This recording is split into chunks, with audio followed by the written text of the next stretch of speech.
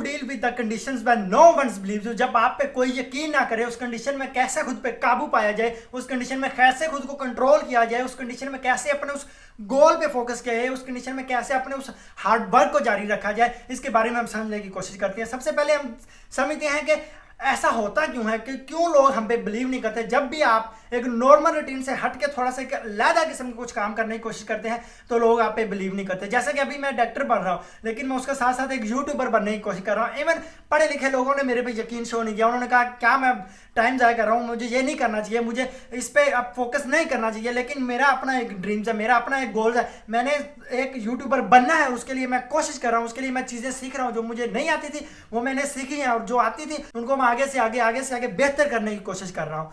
तो आपको उन पे फोकस नहीं करना जो आपको कह रहे हैं कि आप ये नहीं कर सकते। आपको अपने उस ड्रीम पे फोकस करना, आपको अपने उस गोल पे फोकस करना, और उसके लिए मेहनत जारी रखनी है। तो आपको मैं इलॉन मस्क की बात बताता हूँ। सबसे बड़ी मिसाल मैं दे सकता हूँ, सिर्फ वो इलॉन मस्क है।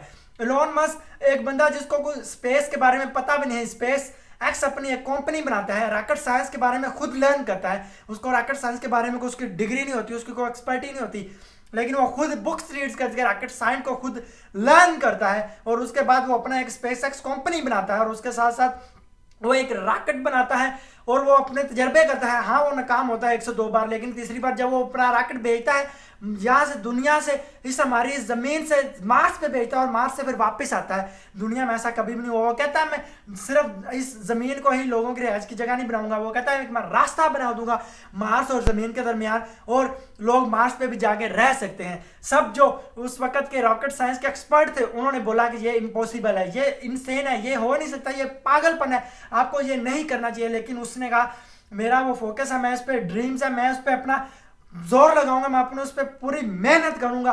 और आखिरकार वो अपनी उस मेहनत को उसने जारी रखा और वो कामयाब हो गया।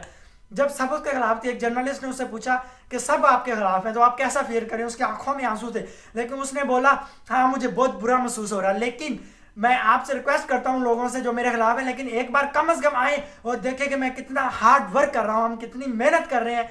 और उसी मेहनत का नतीजा था कि वो एक दिन उसने मार्स पे अपना रॉकेट भेजा, और मार्स से वापस आया, और वो कामयाब हुआ, और उसने एक रास्ता अपना दिया। दुनिया के अब अमीर तरीन लोगों में से एक उसका नाम हो गया।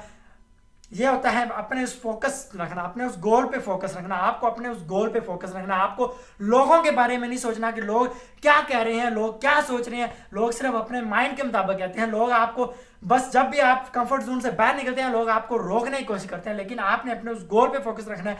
आपने अपनी उस मेहनत को जारी रखना है। When no one believes you, believe in yourself and keep on the hard work.